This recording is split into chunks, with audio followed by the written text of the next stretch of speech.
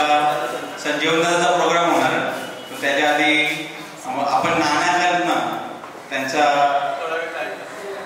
थोडा विरंगुळा आपण करून घेऊ एक 5 मिनिटं आणि मग आपण संजीवनदाचा हास्य प्रबोधनकार संजीवन म्हात्रे यांचा आपण सत्र आपण अनुभवणार आहोत. तर मी एकदा किसन नानांसाठी जोरदार टाळ्या होत्या.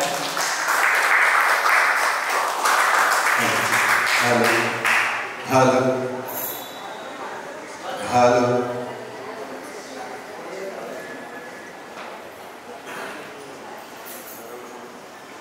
Hello check.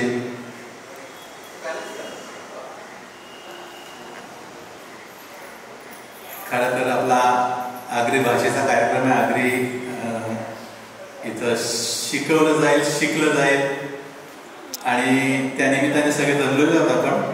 आपली आगरी भाषा आपण बोलायलाच पाहिजे. आपण बोलायची, आपली घरात पण बोलायची आणि आपली बारके पोरांना चिल्या पिल्यांना पण शिकवायचा. कारण सगळी आता इंग्लिश मिडियमला जातात आणि त्याची गरज सुद्धा आहे कदाचित, मला असं वाटतं.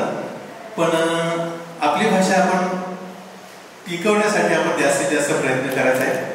थोडा वेळ लवकर झालोय आणि करावकीवर मी नेहमीच गात असतो. तर थोडासा मनोरंजन म्हणून आता मी सुरुवात करतोय. नंतर खऱ्या कार्यक्रमाला सुरुवात होईल. तोपर्यंत आपलं मनोरंजन थोडंसं करतोय. सर्वप्रथम गणपती बाप्पाचं गीत घेतोय.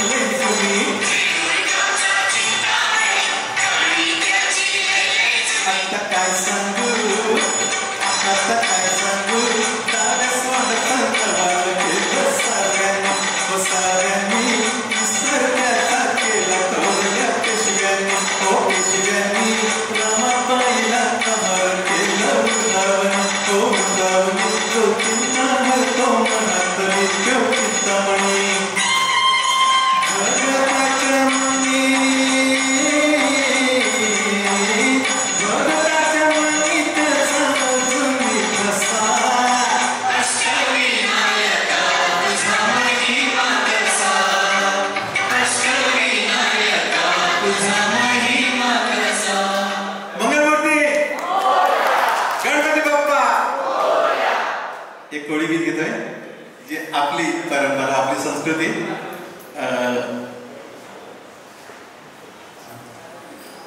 विठ्ठलजी ओम शाहीर विठ्ठलजी ओम यांची एक आठवण आहे आणि ते गीत आपल्या समोर सादर करतोय.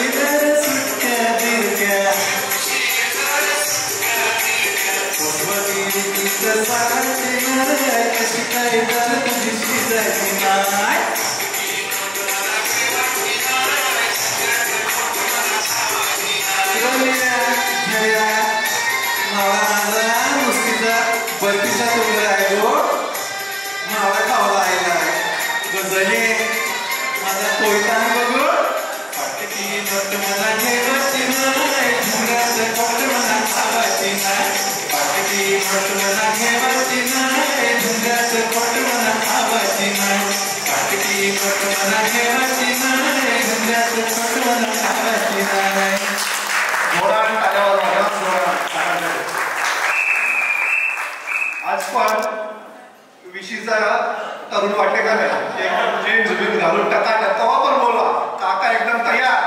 शूज नाही घातला, पाऊस आला शूज नाही घातले आणि पण आमचा नवरा तयार एकदम जोरदार काढत आलं. शैली लग्नात झाली धावला जायला ना पंगती पण उठल्या. कैसे होता रस्ता ना कोलव्या भाकरी त्या मारीला लेकर बिकर दिलं का काय. चला आता ही सकाळपासून आपण वेगवेगळे सत्र घेतोय. आता बरेच इथं उपस्थित मान्यवर आलेले आहेत, आपल्या समाजाचं मोठमोठे व्यक्ती आलेले आहेत. आता पुढचा सत्र आहे. आता जो पुढचा सत्र आहे त्याच्यामध्ये आपल्या आगरी समाजाचं भूषण, आपल्या आगरी समाजाचा मान सन्मान, ज्येष्ठ कविवर्य अरुण म्हात्रेकडे आलेले आहेत. त्याच्यासाठी जोरदार टाळ्या मी त्यांना आमंत्रित करता. तसाच आता जो कार्यक्रम होणार आहे अभिजात मराठीची अभिजात बोली, या कार्यक्रमासाठी या सत्रासाठी खास मुंबईवरून आपल्या समोर आलेल्या श्रीनिवास नार्वेकर जोरदार टाळ्या होते. प्रचंड भाषेत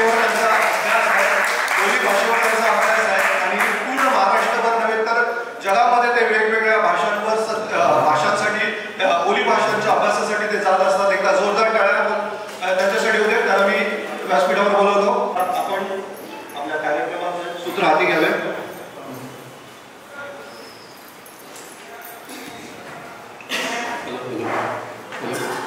थोडंसं ह्याला लेवल पुढे वाढतो. सगळ्यांनी नमस्कार. कार्यक्रमाला सुरुवात करतात. अभिजात मराठी म्हणजे कुठली भाषा आणि आगरी भाषा म्हणजे नक्की कशी अभिजात, यावर बोलायला श्रीनिवास नार्वेकर आमचा मित्र आलेला आहे. खरं तर श्रीनिवास हा अनेक वर्ष माझ्याबरोबर कवितांचे कार्यक्रम करायला होता, नाट्यवाचन करत होता, नाटकं दिग्दर्शित केली त्यांनी, अनेक एकांकिकांमध्ये त्यांनी पारितोषिक मिळवलेलं आहे आणि दिग्दर्शक म्हणून तो अधिक लोकांना माहिती किंवा लोकप्रिय आहे. पण भाषेचे सगळे मराठी भाषेचे प्रमाण, मराठी भाषेचे सगळे जे बाकीचे प्रयोग चालतात ते प्रयोग अगदी NCPA पासून आमच्या आविष्कारपर्यंत आमचा श्रीनिवास करत असतो. मी आणि तो गोव्याच्या एका कला अकादमीवर एकत्र आहोत आणि त्याच्यामुळे त्यानिमित्तानं सुद्धा आमच्या भेटीगाठी होतात. पण अलीकडे अनेक काही जी जुनी नाटकं आहेत ती दिग्दर्शित करण्याचं काम, म्हणजे एक झुंज वाऱ्याच्या नावाचं एक नाटक आहे ते श्रीनिवासने दिग्दर्शित केलं आणि त्याचे प्रयोग चालू असतात. आणखी पण त्याची बरीच नाटकं आहेत. पण आज आपण विशेषतः त्याला त्याच्या सगळ्या नजरेतून आगरी भाषा म्हणजे काय, त्याला कितपत माहिती आहे, या सगळ्या सेशनचा एक हेतू असा पण आहे की आपण सगळे आगरी समाजातले लोक आगरी भाषा बोलतो, आगरी भाषेविषयी आपल्याला प्रेम आहे, तिला अभिजात दर्जा म्हणजे काय हवा आहे किंवा किती मानलं पाहिजे हे सगळं मान्य करतो. पण आपल्या आजूबाजूला राहणारे सगळे इतर भाषेतले विशेषतः बोली भाषेतले जी लोक आहेत, म्हणजे श्रीनिवास हा रत्नागिरीचा आहे त्याच्यामुळे त्याला सावंतवाडीचा आहे त्याच्यामुळे त्याला मालवणी आणि कोंकणी ही जास्त जवळचे आहे. किंबहुना त्याचा सगळा मूळचा म्हणजे बोलीभाषेचा जो सगळा प्रवास असेल बोलण्याचा तो त्या मालवणीमध्ये झालेला आहे. त्याच्यामुळं मालवणीच्या नजरेतून आगरी भाषा काय, कोंकणीच्या नजरेतून आगरी भाषा काय, शिवाय श्रीनिवास मुंबईत ज्या ठिकाणी राहतो तिकडे लालबागच्या भागामध्ये कोकणातले अनेक लोक येतात, म्हणजे संगमेश्वरचे लोक येतात. संगमेश्वरी भाषा एक वेगळी भाषा आहे. आम्ही सगळे मराठवाड्यामध्ये काही फिरणार असल्यामुळे मराठवाडी भाषा त्याचा एक वेगळा होत आहे. इकडे आपण ह्या बाजूला जळगावकडे गेलो की तिकडे अहिराणी भाषा किंवा लेवा बोली आहे, तर ती एक वेगळी भाषा. या सगळ्या लोकांना आपल्या भाषेचा अभिमान आहे आणि ते फारच स्वाभाविक आहे. पण मला नेहमी असं वाटतं की जेव्हा आपण अभिमानानं आगरी भाषेबद्दल बोलतो, तसे संजीवन अनेक वर्ष कार्यक्रम करतोय आगरी भाषेमध्ये आणि मला फार अभिमान वाटतो संजीवनचा की जिथे सगळी प्रमाण भाषा खूप लोकप्रिय आहे अशा ठिकाणी संजीवननी त्याच्या याल तर असाल या कार्यक्रमाचे एक पदप्रयोगाचे 1000हून अधिक प्रयोग केलेले आहेत. त्याच्यामुळे एका अर्थानं तो या सगळ्या गोष्टीमध्ये सेटल आहे आणि त्याला आता हे कळत म्हणजे अनेक वेळा त्याच्या बोलण्यातून असं निघतं की त्याला दाद देणारे सगळे मराठी रंगभूमीवरचे नट असतात आणि ते त्याचा प्रयोग वगैरे हरकून जातात आणि ते म्हणतात की क्या बात आहे, इतकी ऊर्जा आणि इतकी भाषेचा गंमत ही आम्हाला पण माहीत नव्हती. तर त्यांच्या नजरेतून आगरी भाषा काय आहे ते त्याला अधिक माहिती असेल आणि आगरी भाषेतून कार्यक्रम करताना त्याला जे काय वाटत असेल, प्रमाण भाषेतले लोक खूप कार्यक्रम करतात. त्याच्यामुळं एका अर्थानं सगळ्या बोलीभाषांचा जो प्रवास असतो तो आपल्या बोलीभाषेतून प्रमाण भाषेकडे जायचं किंवा मोठ्या स्टेजकडे जायचं. म्हणजे तुम्ही गल्लीबोळात किंवा आपल्या गावोगावी कार्यक्रम करता, पण तुमचं ध्येय काय असतं की शिवाजी मंदिरला कार्यक्रम लागला पाहिजे, दीनानाथमध्ये कार्यक्रम लागला पाहिजे आणि शेवटी NCPA मध्ये तुम्हाला बोलवलं पाहिजे. तर हा एक चढता क्रम असतो आणि त्याच्यामुळे त्या सगळ्या पार्श्वभूमीवर त्या लेवलला पोचलेला आहे संजीवन की त्याचे इतके प्रयोग झालेले आहेत की कुठलाही मराठीमध्ये प्रमाण भाषेत करणारा जो माणूस असेल एक पात्री त्याला सुद्धा त्याच्याबद्दल कौतुक वाटत, कारण त्याचे फारच कमी प्रयोग झालेले असतील. पण संजीवनचे खूप प्रयोग झालेत आणि खूप लोकप्रिय आहे. आम्ही लोकप्रियतेचा आणखी खूप महत्वाचा निकष असा मानतो की भरपूर मानधन दिलं पाहिजे आणि ते मानधन घेणारा म्हणून सुद्धा संजीवन लोकप्रिय आहे की तो म्हणेल ते मानधन द्यायला लोक तयार आहेत, तितका त्याचा कार्यक्रम लोकांना आवडतो किंवा लोकप्रिय आहे. तर श्रीनिवास आता मध्ये त्याला मुद्दाम बसवलं की तू तुझ्या पद्धतीनं तुझं अग्री भाषेचं आकलन किती आहे किंवा काय ते मला सांग. आणि एक आमच्या अग्री भाषेची व्यथा अशी आहे, साधी व्यथा, त्याला व्यथा नाही म्हणत आपण, परिस्थितीच अशी आहे की जसं आपण इंग्रजी शिकलो ब्रिटिश आल्यामुळे आणि आपल्याला शिकावी लागेल, आणि ब्रिटिश किंवा इंग्रजी ही जगाची भाषा असल्यामुळे आपण सगळं मराठी पण टाकून इंग्रजी शिकायला सुरुवात केली. फार अगोदर थोडासा इतिहास सांगायचा तर जेव्हा इंग्रजांचं राज्य आलं तेव्हा जी ब्राह्मण मंडळी संस्कृत करत होती, ती संस्कृत करणारी मंडळी सुद्धा संस्कृत सोडून इंग्रजी शिकायला लागली. आणि फार कमी लोकांना हे माहिती आहे की ब्रह्मवृंद जे आहे पुण्यातलं, त्यांनी ब्रिटिशांकडे परमिशन मागताना फक्त संस्कृत भाषेला परमिशन द्या आणि इंग्रजी भाषेला परमिशन द्या, मराठीला देऊ नका असं सांगितलं होतं. कारण मराठी भाषा जर का आली तर मग सगळा बहुजन समाज शिकायला लागेल आणि मग फार गडबड होईल, हे त्यांचं त्यावेळेचं मागणं होतं. तर इतकं सगळ्या आपल्या देशामध्ये थोडीशी अशा पद्धतीची गोष्ट आहे की मराठी म्हणजे प्रमाण मराठीला सुद्धा विरोध होता त्यांचा, कारण प्रमाण मराठीमुळे बाकी सगळ्या बोलीभाषेतले लोक इकडे आले असते. आणि तसं झालंच नंतर, इतिहास सगळं आपल्याला माहिती आहे. फुल्यांनी सगळं ओपन केलं आणि एक नवीन इतिहास घडवला बहुजन समाजाचा, आणि आपण सगळेच शिकायला लागलो.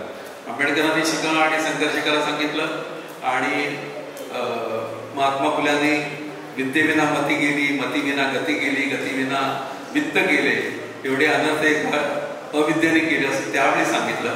तेव्हापासून आपण या शिक्षणाच्या मागे आहोत. मात्र व्यथा श्रीनिवासाची आहे की मी आता उदाहरणार्थ म्हणजे आजी फक्त आगरीत बोलायची, आगरी भाषेत, आणि तिच्याशी बोलताना मी आगरी बोलतो फक्त, तेवढंच. त्याच्यानंतर आम्ही जे शाळेत शिकलो ते सगळे शिक्षण आपलं प्रमाण मराठीत असल्यामुळे प्रमाण मराठी शिकलो. म्हणजे मी शिकलो, संजीवन शिकला, किंवा इतिहास मी सगळीच लोक शिकली. निरंजा शिकली, किरण याने शिकला, आमचे बसू पाटील शिकले, MP पाटील शिकले, आमचे गंगाधर पाटील तर मराठी विभागाचे प्रमुख होते युनिव्हर्सिटीमध्ये. तर ती सगळी मोठेपणी सगळी प्रमाण भाषेतली लोक होती. त्याच्यामुळे प्रमाण भाषेतली ज्या सगळ्या ग्रेट गोष्टी असतात, म्हणजे मर्ढेकरांची कविता, पुशरेकांची कविता, हे शिकवणारे गंगाधर पाटील. ओके. त्याच्यामुळे एका बाजूला प्रमाण भाषेत खूप मोठा प्रवास किंवा खूप मोठी मजल मारली, आणि दुसऱ्या वेळी गावची जी भाषा आहे ती गावची भाषा राहिली, ती घरातली भाषा राहिली किंवा गावाकडची भाषा राहिली, आणि ती सतत मागे राहिली. आता या गेल्या दशकामध्ये मी पाहतोय, म्हणजे जेव्हा सर्वेश तरी मला भेटला किंवा मयुरेश कोटकर मला भेटला, आणि माझ्या लक्षात आलं की ही मुलं आगरी भाषेमध्ये कविता लिहायला लागली आणि आगरी भाषेमध्ये पुस्तकं काढायला लागली. म्हणजे त्याचं झोर नावाचं पुस्तक आहे, त्याचं प्रकाशन माझ्या समोरच झालं, आणि माझ्या लक्षात आलं की ह्या मुलांना प्रमाण भाषेपेक्षा आपल्या भाषेमध्ये आपण लिहू शकतो, चांगलं आपण व्यक्त होऊ शकतो, आपण अभिव्यक्त होऊ शकतो असं वाटायला लागलं. आणि तेव्हापासून एक नवीन लाट सगळ्या आमच्या समाजामध्ये अशी आहे की अनेक लोक आता आगरी भाषेत लिहायला लागलेले आहेत, आगरी भाषेत आत्मचरित्र लिहायला लागलेले आहेत, आगरी भाषेत ललित लिखाण व्हायला लागलेलं आहे. ही जी पत्रिका आहे आगरी शाला, ही पत्रिकाच मुळात आगरी भाषेमध्ये आहे. तर अशा पद्धतीनं एक उलटा प्रवास सुरू झालेला आहे. म्हणजे मी गंमत म्हणून सांगतो तुला की मी मला संजीवनला कोणातरी म्हटलं की माझ्या आता मराठी कविता जरा आगरी भाषेत करून द्या, म्हणजे मला ते म्हणता येते, सगळीकडे म्हणता येते. पण मराठीत खूप नाव आहे आणि आगरीमध्ये एकही कविता नाही. मी फार अगोदर गावी असताना, हसीद्याला असताना एक कविता, 2 कविता केल्या होत्या आगरी भाषेत, पण नंतर काही आगरीचा काही संपर्क करायला नाही. कारण सतत आपल्याला इकडे मुंबई विद्यापीठात आलं की तुम्हाला प्रमाणी भाषेत तुम्ही काय आहात हे तुम्हाला दाखवावं लागतं. आविष्कारमध्ये गेलं की तुम्हाला प्रमाण भाषेत सगळं दाखवावं लागतं. तर तुला प्रश्न मग संजीवनला प्रश्न की आगरी भाषेविषयी तुझं आकलन काय आहे का, तुला आता काय वाटतं सगळी. मी तुला मोठी मोठी नावं सांगितली, MP पाटील, गंगाधर पाटील, मसू पाटील, कवी अर्थी निरंजा, कवी किरण गेले, आमचा अभय पायत नावाचा एक लेखक आहे, तोही कवीला होता. आणि मग आता सुनील पाटील समोर बसलेला आहे, आमचा सर्वेश तरे बसलेला आहे, गणेश मात्रे बसलेले आहेत पाठीमागे, अनेक मंडळी आता जी आहेत की आमचे मोरेश्वर पाटील आहेत, किंवा अनेक जी मंडळी आहेत ती आता आगरी भाषेत लिहून आपलं स्वतःचं एक स्थान निर्माण करतात. तर या सगळ्या अभिजात भाषेच्या पर्यावरणामध्ये, म्हणजे जेव्हा अभिजात भाषा आपण म्हणतो तेव्हा म्हणतो की आमची पण अभिजात भाषा, आणि आम्ही मानतो बोली जर का आमची असेल तर अभिजात ही आमचीच आहे किंवा आम्ही अभिजातच आहोत, कारण जेवढी जुनी बोली तेवढी अभिजात असं आपण म्हणतो. तर तुझं आगरी भाषेविषयी आकलन काय ते मला सांग.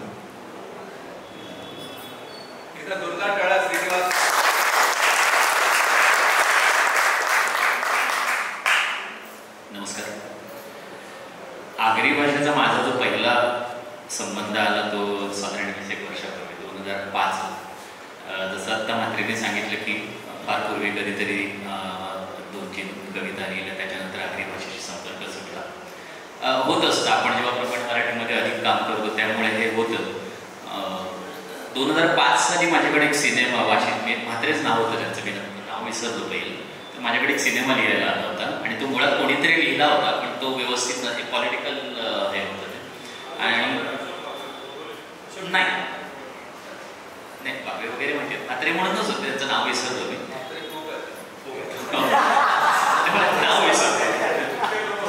तर नाही, सिनेमा आला नाही तो नंतर, पण त्याच्यावर काम करत असताना आगरी भाषेच्या अनुषंगाने, तर मग असेच मयुरेश बरोबर बोलताना त्याचं व्याकरण, त्याच्यातली गंमत, त्याच्यातल्या शब्दातल्या गमतीजमती, त्याच्यातल्या शब्दातलं नेमकेपणा, परत ते राजकीय सिनेमा असल्यामुळे त्याच्यात आत्ता जे आपण आगरी भाषा किंवा फॉर दॅट मॅटर मी कोकणातला असल्यामुळे कुडाळी, मालवणी ह्या ज्या भाषा आहेत त्या जास्त करून विनोदासाठी वापरल्या जात असल्यामुळे, आपण आगरी असेल, संगमेश्वरी असेल, बाणकोटी असेल, ह्या अधिक करून विनोदाच्या पार्श्वभूमीवर अधिक वापरल्या जातात.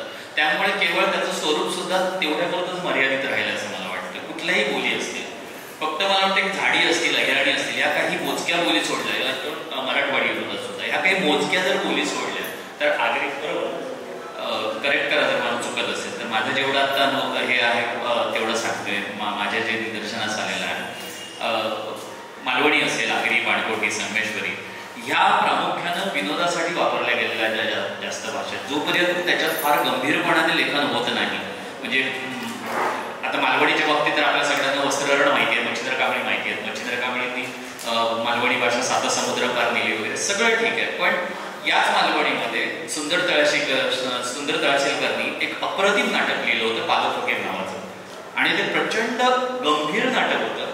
म्हणजे त्याची संहिता मी अजूनही शोधतोय, ती ज्यांनी आता आमचे विवेक देशपांडे ज्येष्ठ दिग्दर्शक आहेत, मयुरेशला माहिती असेल, तर त्यांच्या बायकोनी त्याच्यात काम केलं होतं, पण आता कोणाचकडे नाही आहे. म्हणजे ती संहिता शेवटचा जो माणूस तर आपले कृष्ण विसरलं मी नाव त्यांचं, जे मधल्या काळामध्ये पणशिका आपल्या काशीनाथ गाडेकरांचं संभाजी करायचे रायगडमध्ये, लालबागमधले कृष्णकांत दळवी, तर ते त्याच्यामध्ये होते. पण ते गेल्यानंतर मग आता ती सांगायचा माझा मुद्दा आहे की बोलीमध्ये सुद्धा खूप उत्तम सिरियस गंभीर नाटक, गंभीर सिनेमा, गंभीर साहित्य लिहिलं जाऊ शकतं. त्याचा फक्त विनोदासाठी म्हणून वापर न करता, आणि म्हणूनच मला हे फार महत्वाचं वाटतं की मराठी भाषेला अभिजात दर्जा मिळाला, पण अभिजात दर्जा मिळत असताना त्याच्यातल्या मराठी भाषेतल्या ज्या काही 56, 58, 60 बोली आहेत, या सगळ्या बोलींमुळे एकूण ही मराठी भाषा समृद्ध होत गेलेली आहे. केवळ प्रमाण मराठीमध्ये झालेलं नाही, बोली भाषा कुठलाही असते. कारण आपण आपल्या घरामध्ये बोलताना, कारण आम्ही नार्वेकर, माझे आजोबा असतील, काका असतील, फोर्टमध्ये प्रचंड मोठं ऑफिस होतं.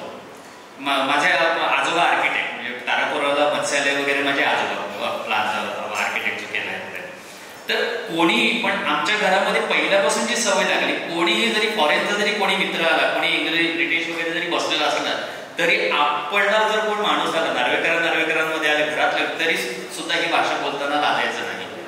मग त्याला अरे नंतर असं व्हायला लागलं की किती सहजपणे तुम्ही आमच्याशी बोलताना इंग्लिश सहज बोलता, त्यांच्याशी बोलताना हिंदी सहज बोलता, त्यांच्याशी बोलताना मराठी सहज बोलता, आणि यांच्याशी तुम्ही बोलताना सुद्धा किती सहजपणाने बोलता. मला वाटतं हे टिकवून ठेवणं फार महत्वाचं आहे. जे मगाशी जो आमचे मित्र बोलत होते की बाहेर बोलताना बऱ्याच जणांना बोलीमध्ये बोलताना लाज वाटते, की इथून बाहेर पडल्यानंतर बरेच जण अगदी प्रमाण मराठीमध्ये बोलण्याचा प्रयत्न करतात. करायला काहीच हरकत नाही. म्हणजे मी माझ्या कार्यशाळांमध्ये जेव्हा मी बोलतो सांगतो की शुद्ध आणि अशुद्ध असं नसतं काही. नागरी प्रमाण आणि बोली भाषा, त्याला बरेच जण जे गावठी म्हणतात वगैरे सोडत नाही, पण त्याचं कारण हे अशामुळे मला वाटतं निर्माण झालेलं आहे की बाहेर जर बोलताना आपल्याला लाज वाटत असेल तर काय गावठी, साधं जरी वेगळे कपडे घालून आला आणि साधेसे कपडे घालून आला, काय गावठीसारखे कपडे घालून आला, तसंच काय गावठ्यासारखं बोलतोय, असं बऱ्याच वेळा झालेलं असल्यामुळे मग हळूहळू आपल्यामध्येच तो एक न्यूनगंड निर्माण होत जातो.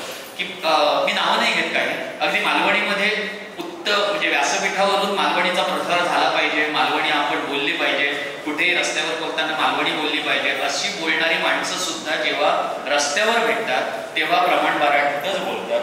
आपण कितीही जरी बोलण्याचा प्रयत्न करायला लागलो तरी सुद्धा ती माणसं बोलताना प्रमाण मराठीमध्ये बोलतात. या उलट विजू मामा असेल, विजय चव्हाण, मरुची मावशी ज्यांनी केलं, प्रसाद पंडित ज्यांचा मालवणीशी रूढार्थाने काहीही संबंध नाही, पण मला आठवतं विजू मामा असतील, प्रसाद पंडित असतील, प्रलमयकर असतील, हे आम्ही अगदी शेवटपर्यंत मालवणीतून बोलत राहिलेलो, ज्यांचा काहीही संबंध नाही रूढार्थाने मालवणीशी. तसं मला वाटतं की आपण जर जिथे जिथे भेटू, कोणीही जरी भेटलं तरी आपण आपल्या बोलीमध्ये जोपर्यंत बोलत राहू तोपर्यंत आपल्या बोलीला मरण नाही, कुठल्याही भाषेला मरण नाही. काही वर्षांपूर्वी जे काही मराठी जिवंत राहील की मरेल, हे जे जोपर्यंत आपण हे असं बोलत राहू तोपर्यंत कुठल्याच भाषेला मरण नाही, पण ती बोलली गेली पाहिजे. एक फार मी सिनेमातला माणूस आहे, नाटकातला आहे. एक खूप उत्तम एक जर्मन सिनेमा पाहिला होता बऱ्याच वर्षांपूर्वी. झाडं कापायला माणसं येतात आणि त्या जंगलातला एक माणूस पुढे येतो. तो सांगतो त्या भागातली झाडं आहेत ती कापू नका, कारण त्या भागात जमिनीखाली एक विशिष्ट प्रकारच्या लाल मुंग्या आहेत आणि त्या लाल मुंग्यांची जात ही जगातली शेवटची जात आहे. हे जे काही आहे, आता आपण गणेश देवींनी भाषेवर प्रचंड काम केलेलं आहे. भाषाशास्त्रातला तज्ज्ञ माणूस आहे. कितीतरी माणसं अशी आहेत की तो शेवटचा माणूस, ती बोली बोलणारा, ती भाषा बोलणारा, जगातला शेवटचा माणूस. एक 4 वर्षापूर्वी एक नेदरलँडमधला एक भाषा बोलणारा शेवटची, तो एक शेवटचा माणूस उरला होता, तो सुद्धा वारला. त्यानंतर त्या भाषेचं, त्या बोलीचं अस्तित्व काय? कारण आपण पुढे तयारच जर करत नाही, आपण जर पुढे बोलतच नाही, रस्त्यावर आपण जोपर्यंत आपली बोली बोलत नाही, आपल्या बोलीमध्ये बोलत नाही, तोपर्यंत हे पसरणार नाही. फक्त इकडे व्यासपीठावरून माईकवर बोलून आपण याचा प्रसार करायला पाहिजे आणि हे रस्त्यावर बोललं पाहिजे. जोपर्यंत आपण रस्त्यावर बोलत नाही आणि ते बोलण्याची आपल्याला लाज वाटत नाही, तोपर्यंत मला वाटत नाही की कुठलीही बोली.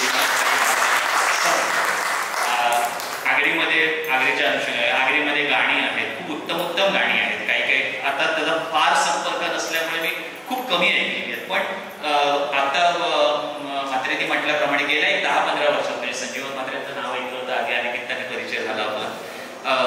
गेल्या 10-15 वर्षात दूरदर्शनवर आपल्या टीव्ही चॅनल्सवरचे जे वेगवेगळे कार्यक्रम आहेत त्याच्यातून ह्या काही ज्या बोली अधिक, परत मी तिकडेच येतो की विनोदाच्या पातळीवर ज्या वापरल्या गेल्या, विनोदाच्या पातळीवर का असेल ना, पण किमान आगरी असेल, पाणपोटी असेल, संगमेश्वरी असेल, मालवणी असेल, या समोर आल्या.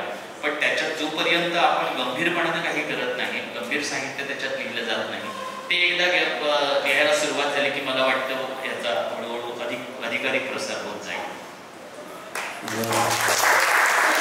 श्रीनिवास, खरं तर एक तुझी जी चिंता किंवा जी व्यथा आहे की जोपर्यंत हे विनोदी पद्धतीनं होते तोपर्यंत त्यांच्याकडे गंभीरपणे कोणी बघणार नाही आणि केवळ विनोदासाठी या बोलीभाषा वापरल्या जातील. पण सुदैवाने गेल्या काही दिवसातलं माझं ऑब्झर्वेशन असं आहे की आता मालिकांमध्ये जी मालवणी बोलली जाते किंवा देशाकडची भाषा बोलली जाते, यामध्ये सगळी गंभीरपणे बोलायला लागले जातात. म्हणजे मी आता अलीकडे संजीवनी जाधव मला वाटतं रोल करते, ती जो रोल करते ती अजिबात विनोद करत नाही, ती गंभीरपणेच बोलत असते त्या मालिकामध्ये आणि ती मालवणी बोलत असते किंवा कोळ्यांची भाषा बोलतो. तर हा जो एक भाग आहे तो मला वाटतं हळूहळू सगळ्यांना जाणीव होते की बोलीभाषेला केवळ त्या पातळीवर ठेवून फायदा नाही. मी आणि उलट असं सांगतो की मला अलीकडे थोडीशी लाज अशी वाटते. आता समोर माझा मित्र आला, रसिकाच्या लग्नामध्ये असं जे गाणं लोकप्रिय आहे असं जगदीश पाटील समोर आले, तर त्याच्याकडे जे माणूस जातो किंवा दारूच मला भेटतो किंवा दया मला भेटतो आणि सगळी आगरी गाणी करणारी लोक भेटतात, तेव्हा मला ह्याची लाज वाटायला लागलेली की मला नीट आगरी बोलता येत नाही, असं उलट झालं. तर मला असं वाटतं की ह्या आगरी शाळेचा उपयोग करून मी पण नीट शिकायला पाहिजे परत एकदा. बोलायचं गाव सुटलं तशी भाषा सुटली, पण आता उलट असं झालेलं आहे की एक काळ आणि मला असं वाटतं की नक्की येईल पुढे की आगरी भाषा मानानं मोठ्या मंचावर किंवा मोठ्या थिएटरमध्ये म्हटली जाईल आणि ती ऐकण्यासाठी अनेक लोक तिकडे गेलेली असतात. तर असा एक संजीवनचा अनुभव होता आपल्याला ऐकूया. संजीवन कार्यक्रम करतो आणि तो विशेष म्हणजे केवळ कार्यक्रम नाही करत तर त्याचा अभ्यास चालू असतो सगळा. कुठल्या पद्धतीनं विनोदी सगळं करता येईल, कुठल्या पद्धतीनं गंभीर विषय सुद्धा आगरीमधून मांडता येते. म्हणजे त्याचं जे प्रहसन आहे ते जरी हसवणारं असलं तरी ते अनेक वेळा अनेक आपल्या आगरी समाजातलं जे मर्म आहे, काय काय मर्मस्थान आहे त्याच्यावर प्रहार करणार आहे. आणि त्याच्यामुळे तो त्या दृष्टीने सुद्धा विचार करत असेल. तर त्यांनी सांगावं या आपल्या छोट्याशा परिसंवादामध्ये. खरं तर संजीवना आम्ही मुद्दाम घेतलेला आहे. आमच्या या परिसंवादाला थोडंसं सेलिब्रिटी पण यावं म्हणून त्याला उगाच घुसवलेलं आहे. त्याचा कार्यक्रम वेगळा आहे. पण संजीवनचा अनुभव काय असं मी त्याला विचारतो खुलेपणे की तू आगरी भाषेमध्ये कार्यक्रम करतोस आणि खूप लोकप्रिय आहेस आणि आजूबाजूला तुझ्या सगळे प्रमाण भाषेत कार्यक्रम करणारे लोक आहेत. तर तुला एकूण काय वाटतं हे सगळं कार्यक्रम करताना? कितपत आता तुला असं खूप प्राऊड वाटतं कार्यक्रम करताना किंवा इतर लोकांच्या बाबतीत असं तुलना करताना काय वाटतं तुला? LV पाटील सर आलेले आहेत या कार्यक्रमाला. जोरदार टाळ्यांनी आपण स्वागत करूया पाटील सरांचं. रायगड भूषण LV पाटील हे मराठी आगरी बोलीमधले लिहिणारी जी पहिल्या फळीतली मंडळी आहे त्यातले आहेत. साडेबाराचा पलाट म्हणून त्यांचं खूप लोकप्रिय असं पुस्तक आहे आणि आज ते या कार्यक्रमासाठी आलेले आहे. मराठी कितपत अभिजात असा एक परिसंवाद आहे सर, त्याच्यात आम्ही सगळे बोलत आहोत आणि श्रीनिवास नार्वेकर आलेले आहेत मराठीच्या वतीनं बोलायला. मी संजीवनला विचारतो असा प्रश्न की तुझा अनुभव काय आहे कार्यक्रम करतानाचा?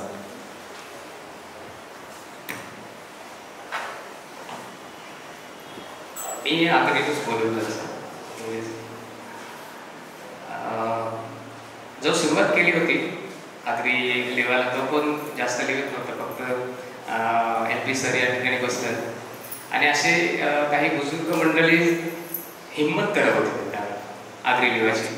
कारण जो पण आगरी लिहिली त्याला तुमचा पंगारचा समज असेल. मला अनेक जण बोलायचे की आवरा शिकून तुझा फायदा काय? म्हणजे मी त्याच्या नादाला लागून काही कविता लिहिल्या होत्या, पण मला विनोदाशिवाय काय दुसरा यावाच असतो. माझी जरी मराठी भाषेची कविता असली तरी ती विनोदीच होती. म्हणजे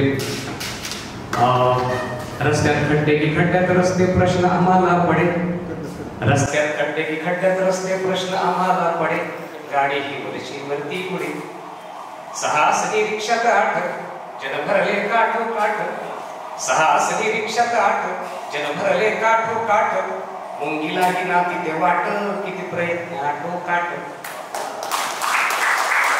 मुक्कामाशी जाता जाता मोडून पडती हाडे, मुक्कामाशी जाता जाता मोडून पडती हाडे, गाडी ही वरची पुढे.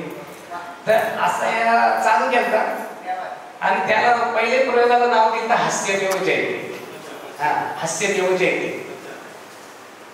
कार्यक्रम लागला सर आणि कोणूच नाही आला बघा. कारण अनेक जणांनी मला प्रश्न विचारला हे आहे काय, म्हणजे हास्यदेव जयते म्हणजे नक्की काय? पहिल्या प्रयोगानंतर मी जाम हादारलो, काय या जमाचा नाही.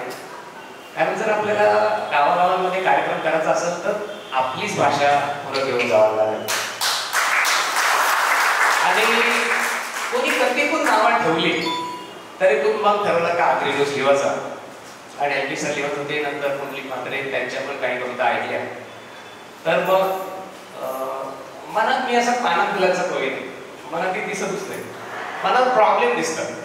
तर त्याच्यामुळे कार्यक्रम करायला सुरुवात केल्यानंतर मग पहिलीच माझी कविता आली जी तलेवर लोक जमायची. आणि मग आमचे बरेच लोक तिथे हिरो बनायला जायचे, शाहरुख खान वगैरे, आणि त्या मुली आमच्या कपडे धुवत असायच्या. त्यांच्या मनाला काय वाटत असत त्याचा मी काही 2-4 ओळीत लिहिले होते की यांचं तल्लव जमतं एकवाल का, यांचं तल्लव जमतं एकवाल का, चेरपोरींची का काही मोरका. ती मोरका जी आहे ना शिवी आहे आणि ती मिनिंग त्यानं टाकल्यामुळे ती लोकांना लगेच कळली की आम्हाला मी असं वाटतं की मोरकाच आहे. आणि मग लोक आता बुकिंग स्पर्धा व्हायच्या सगळी गेला आणि त्या मधील 15 मिनिटासाठी मना मारायचं काय आणि संजीवनला पण पाहतो बाईचा जगदीशबाईचा ऑर्केस्ट्रा जोरात चालायचं.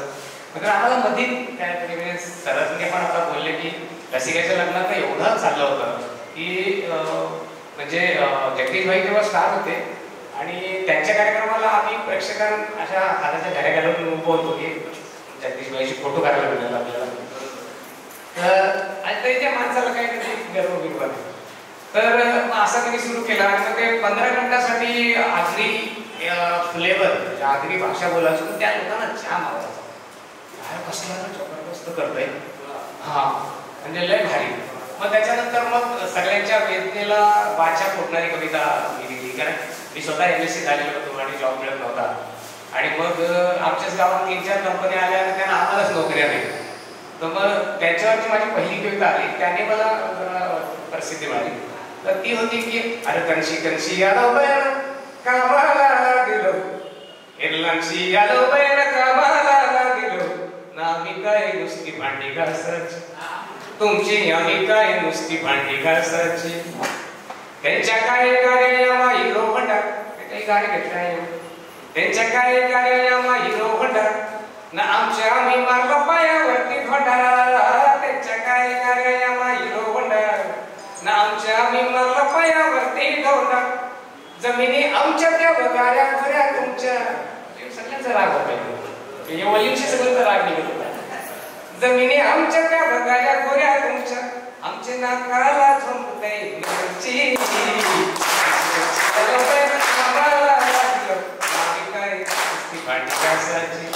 मग 15 मिनिटाचा अर्धा तास झाला, अर्धा तासाचा पाऊण तास झाला. मग लोक सांगायचं तो आर्टिस्टला झोपतो, ह्यालाच बघा. तर त्याच्यामुळे मग बऱ्याच लोकांच्या प्रयत्नांनी यात्रा चालू केला. पुढे तो गावगावांमध्ये आपल्या समाजाने कार्यक्रम उचलून धरला. याचं लोक मला सांगतात की तुम्ही 1000 कार्यक्रम केले, तर मी त्यांना सांगतो की आम्ही 1000 नाही केलं, त्याही करून घेतलं समाजाने. आम्ही नाही केलं. आणि जसं म्हणाले की आपल्या समाजाचे आनंद होता, आगरी भाषेला तेव्हा जो मान मिळाला आणि त्यामुळे आम्ही आहोत. ही खुर्ची सरांच्या बाजूला आणि साहेबांच्या बाजूला बसायची आमची आहे पात्रता काय माहिती नाही, पण भाषेने आम्हाला मान मिळवून दिला, या भाषेने दिला. आणि सरांच्या प्रश्नाचं उत्तर सांगतो. माझा बालगंधर्वला कार्यक्रम होता पुण्यात आणि पहिलाच कार्यक्रम होता. आणि बालगंधर्वला कार्यक्रम या तर असाल आगरी भाषेतला कार्यक्रम, उत्सुकता खूप होती. मी तिकीट विक्रीवाल्यांना सारखा फोन करायचो, कधी दिलं तिकीट, काही नाही जमाचा नेरा आहे, एक तर सगळी बेकार लोक आहेत, त्या आगरी नाही जमाचा. कधी गेली ना म्हणजे 50, 60, 70 तिकीटा फक्त कमी होती. नंतर मग मी अनेक माझ्या जवळ ओळखी होत्या, जवळ्यांना फोन केले की यार तुम्ही सगळी जण, पण अनेक लोक कुतूहलाने आले होते क्या काय विषय आहे, आगरी भाषेतला कार्यक्रम काय आहे. मला खूप प्रेशर केलं होतं अनेक लोकांनी की मच्छिंद्रचा कार्यक्रम पण इथं फ्लॉप झाला असता, त्यांनी बोली भाषेचा कार्यक्रम बालगंधर्वला वगैरे वगैरे. नंतर आम्ही सगळ्यांना विचारलं, पण मी एकविराचं नाव घेतलं आणि सांगलं आगरी नुस कविता. आणि सर माझी पहिली कविता आहे ती मी सुरुवात केली प्रमाण भाषेतून राबली. मुलांच्या खांद्यावर वह्यांचे ओझे, वह्यांचे ओझे, बापाच्या मानेवर कर्जाचे बोझे, कर्जाचे बोझे. ज्ञान आता झाली आहे जीव घेणी स्पर्धा, हजारोनी खर्च करते वाढविण्याचा. असं सगळं झालं होतं.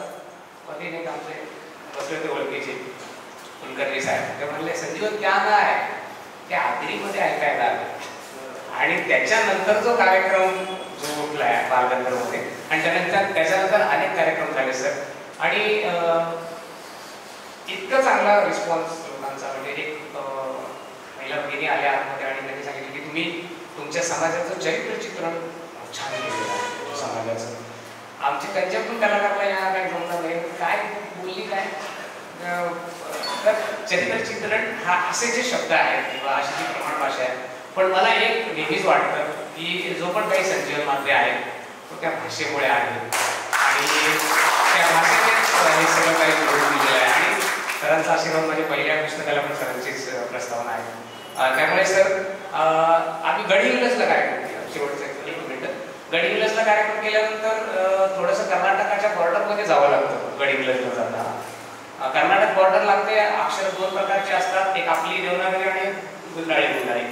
तर ती गुंडाळी अक्षर गाडीने दिसायला लागल्यानंतर मला प्रश्न पडला आता करायचं काय. हे लोकांना कसं समजेल, कारण आपली मास्टरी तर त्यावर आहे, आगरी भाषेवर आहे. नाही काय समजलं नाही. पण इथे पण हाच अनुभव आला की एक कविता झाल्यानंतर लोकांनी आग्रह केला की आगरी भाषेत बोला, तुम्ही तुम्हाला आगरी भाषेतून बोलायला. तर आता ह्याचं क्रेडिट जे झालं याचं क्रेडिट आमच्या अत्यंत ज्यांनी एक कविता लिहिली असेल ना, मला तर वाटतं त्याला पण याचं क्रेडिट जाते की त्याचा पण वाटा आहे, की त्यांनी पण सुरुवात केलेली आहे. आणि सगळ्यांनाच मी क्रेडिट देतो की आज आम्ही जे बसलेलो आहोत इथे 10-12 वर्षानंतर याचं क्रेडिट आता जी गावागावून आमची सगळी पोरं लिहितात, मग त्या चारोल्या लिहित असतील, त्या कविता लिहित असतील, किंवा पुस्तकं लिहित असतील, त्या ज्या काय तुम्ही साहित्य प्रकार करता त्या सगळा त्या सर्वांच्या मुळेच आम्ही इथे बसतो. नाहीतर काय म्हणतात या भगवान ने मुझको उतनी मेरी औकात नहीं है तो कर्म है वरना उनकी हमें कोई बात नहीं है, असा प्रकार आहे. तर त्याच्यामुळे खूप खूप धन्यवाद सर. प्राऊड फील आहे आगरी भाषेबद्दल. आणि सुरुवातीचा जो हिचकिचाट होती आता की अरे एवढं शिकून तरी आणि एवढं वाचून, माझं वाचन पूर्ण इंग्रजीत झालेलं आहे आणि तरी सुद्धा अरे आगरी बोलतोय. तर आता हे अरे आगरी बोलतोय असापेक्षा अरे आगरी पण बोलतोय असा आता कौतुकाचा स्वर आहे. त्याच्यामुळे खूप खूप धन्यवाद या भाषेसाठी.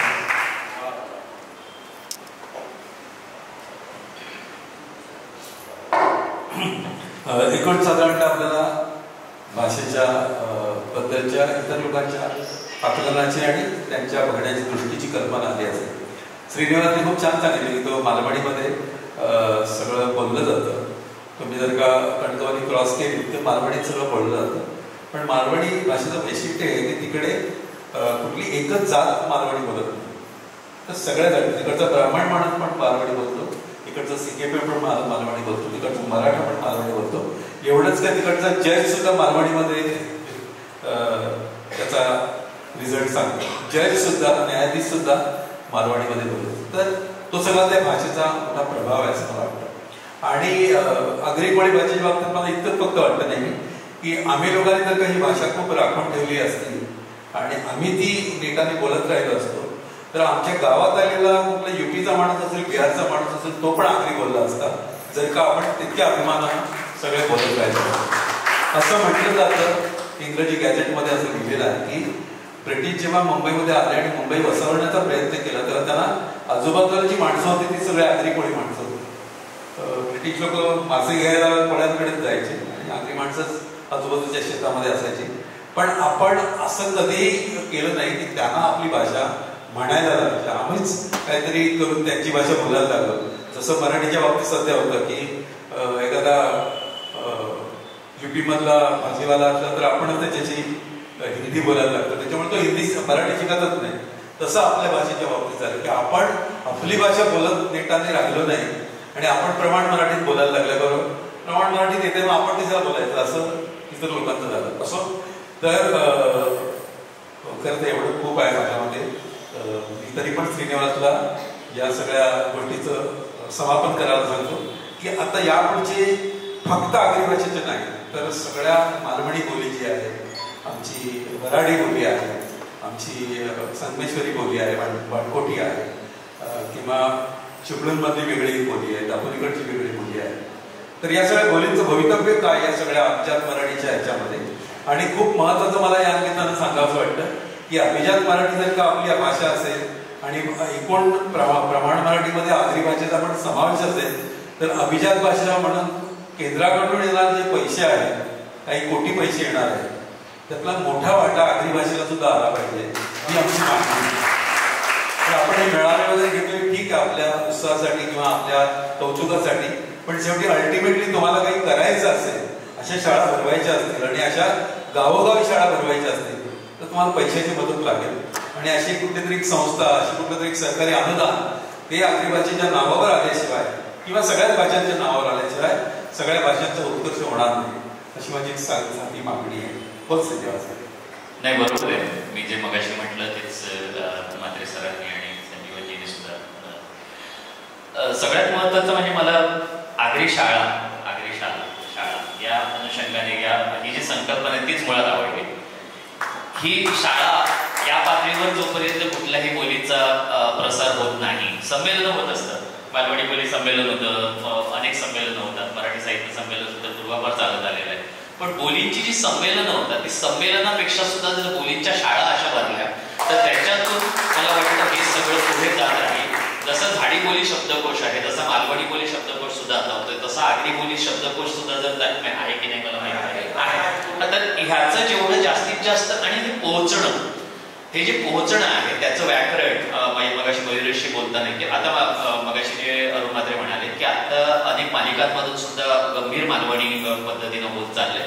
पण प्रॉब्लेम थोडासा असा होतोय ना की त्याच्यात बरेच जण प्रमाण मराठी थोडंसं चेहरे आणि काय आपण म्हणूया त्याला ग्लॅमरसाठी प्रमाण मराठीतले कलाकार घेतले जात असल्यामुळे ते थोडं तिकडे मग ते सणत जाते डोक्यात. म्हणजे जसं कोणीतरी बाहेरच्या येऊन बघा आता मी कशी आगरी बोलतो बघा असं जर दाखवण्याचा प्रयत्न केला तर आपण मूळ जी बोली बोलणारे आहोत त्यांच्या डोक्याची अरे असं नाही रे बोलत. तसं बऱ्याच वेळा मालवणीच्या बाबतीतही होतं. असं नाही बोलत, नुसतं असा नासा केल्यामुळे किंवा नुसता हेल काढून बोलल्यामुळे कुठलीही बोली ती होत नाही. त्याच्यातली गंमत, त्या शब्दांची गंमत, त्या शब्दांचा नेमकेपणा, त्याच्यातला अर्थातला नेमकेपणा आणि त्याचं व्याकरण कुठल्याही बोलीचं जरी आपण बोली म्हणून बोलत असलो तरी ती गावातली आपली प्रादेशिक भाषा असली, प्रादेशिक बोली असली तरी सुद्धा त्याचं म्हणून एक व्याकरण असतंच असतं. ते व्याकरण जोपर्यंत आपण बाहेरच्या माणसांना आपणही होत नाही, आपण जोपर्यंत करत नाही आणि ते बाहेरच्या माणसांना की असं नाही बोलायचं की चालतंय भावना पोचतायत ना, हे जोपर्यंत होत नाही, भावना पोचल्या ना मग जाऊ. आपण इंग्लिशच्या बाबतीत असं म्हणतो का? इंग्लिशच्या बाबतीत आपण व्याकरणाचा विचार करतो ना पूर्ण.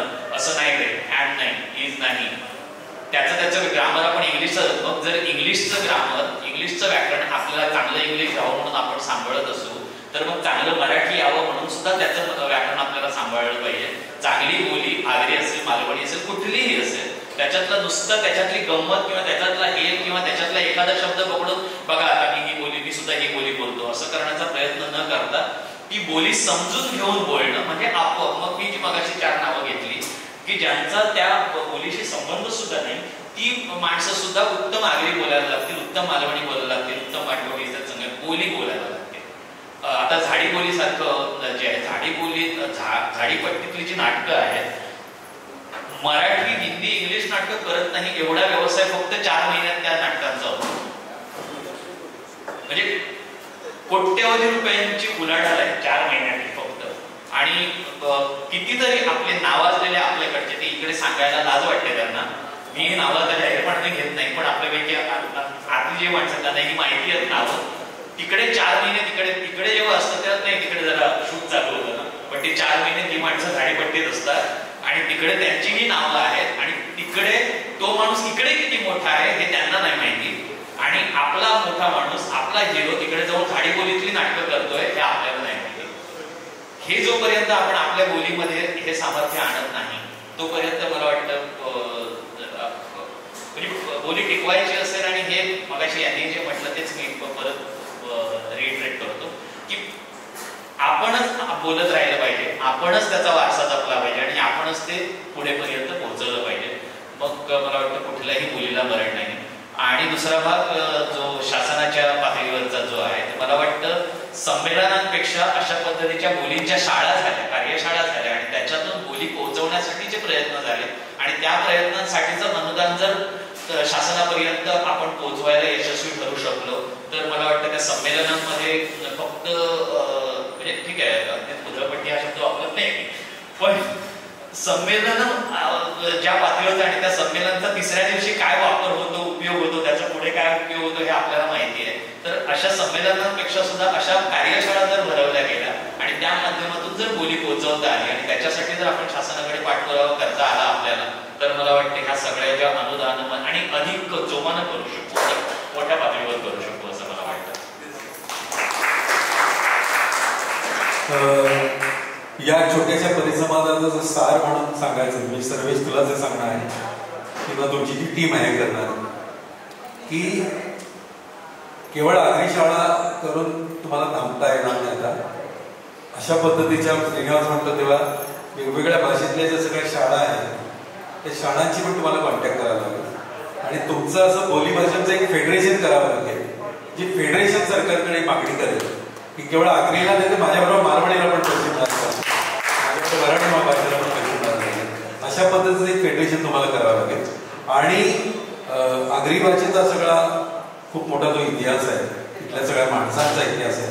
जसं आता नारायण पाटलांचा आपण फोटो लावला, तसं मला वाटतं हिराजी आपले जे हुतात्मा पहिले त्यांचा सुद्धा फोटो यायला पाहिजे. अनेक माणसं आहेत, एकटी पाटील आहेत, दिबा पाटलांचा फोटो आहे, पण अनेक लोक आहेत ज्यांनी आगरी भाषेला असं महत्त्व दिलेलं आहे. तर त्या लोकांचा सुद्धा नवीन पिढीला परिचय व्हावा असं एक काम तुमच्याकडे होऊ शकेल. आणि जाताना इतकंच सांगतो की जसं दिबा पाटलांचं नाव विमानतळाला द्यावं याच्यासाठी जेव्हा आपण सगळ्या लोकांनी उठाव केला त्यावेळेस सगळे पक्ष, सगळ्या बाकीच्या फ्रॅक्शन आपण विसरून आपण एक झालो होतो त्या जिल्ह्याकडे. तशा पद्धतीचं काम आगरी भाषेच्या बाबतीत सुद्धा झाल्याशिवाय आपल्या लोकांना फार मोठा तर न पाहिजे. तेव्हा त्याची सुरुवात ही आगरी शाळेने झालेली आहे असं मी समजतो आणि गंभीरपणे विचार करायला आपण सुरुवात केलेली आहे याचा एक आनंद व्यक्त करतो आणि आमचं एक छोटंसं सेशन संपवतो.